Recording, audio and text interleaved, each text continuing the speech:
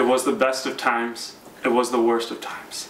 No, it was the worst of times before I had a freshly shaven face. No Shave November was the saddest experience of my life. I've moved past that time.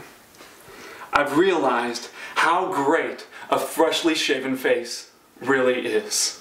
So I started writing YouTube clips and making YouTube videos, and made a Twitter, Facebook. I've had tens of millions of views on all those different things, or retweets, or whatever they are, likes, you know how it is. And now I'm famous.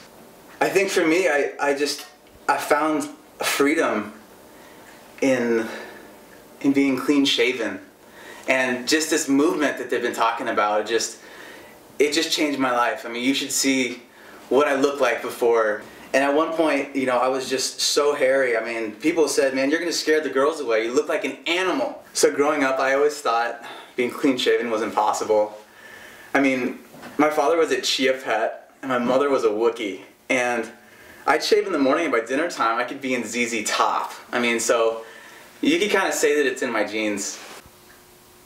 Well, John and I met in high school, and I would say it was love at first sight. I just fell in love with him and his boyish, smooth face. And we went to separate colleges, and when we came back for our first college break, I noticed that there was something different about him. He had this huge, huge mass on his face, and I couldn't see him anymore. I didn't even know who it was.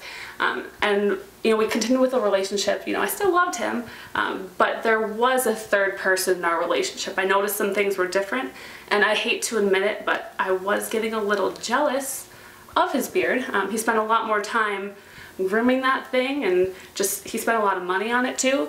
More money than he was spending on me, and I didn't think that was right. But you know, we kept going with the relationship, and then we started going to Hope, and things started going up from there, I would say. Yeah, because we went to our first Sunday we attended. Cor was speaking, and he looked me in the eye and he said, "Dude, you need to shave. That's gonna save your marriage." And it did. I think it did. People treat me differently because I don't have a beard. They trust me significantly more. All right, I have a sheep. Does anyone have 9 or? I do. You do? Yes. Want to trade? Absolutely. For some reason, I trust that freshly shaven face. Would we ever date a guy with a beard? They're not very huggable. I mean, I didn't ask for a loofah, so that's one thing. Even a Brillo pad. More like a Brillo pad than a loofah. Good description. And they're not trustworthy. If they're hiding their face, what else are they hiding? Also, men with beards sometimes get food kind of stuck in there. And I don't want that on me. I am not his napkin. I remember the day that Pastor John Neal talked to me about making God's glory known among the nations by bringing the gospel of peace there. So that's what I decided to do. And one morning, I had gotten cheese stuck in my beard. And by evening, I had encountered a rhino in the streets. And he attacked me because there was cheese in my beard. And that's why you don't make peace with the rhino. I've found great joy in a freshly shaven face, and I want to spread that joy to a lot of different people. And that is the reason why I chase people around, screaming at them with shaving cream in my hand, trying to help them find the joy that I have found in a freshly shaven face. Save yourself! Shave yourself to save yourself! Shave yourself to save yourself! Shave yourself to save yourself! Shave yourself to save yourself! Shave yourself! Save yourself! Save yourself!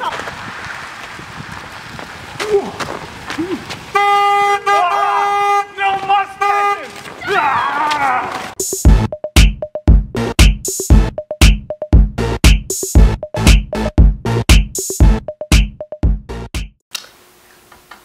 What's wrong with beards? Hate is gonna hate. That's so weird.